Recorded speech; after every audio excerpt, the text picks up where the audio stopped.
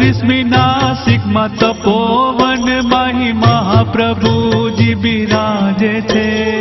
અમારા પૂર્ણ પ્રેમ ત્યાં પ્રભુને દંડવત પહોંચે રે. બેઠક 37મી લક્ષ્મણ બાલાજીમાં મહાપ્રભુજી બિરાજે છે.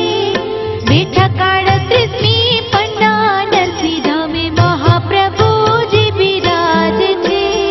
બેઠક 39મી રણજી માહી મહાપ્રભુજી બિરાજે છે.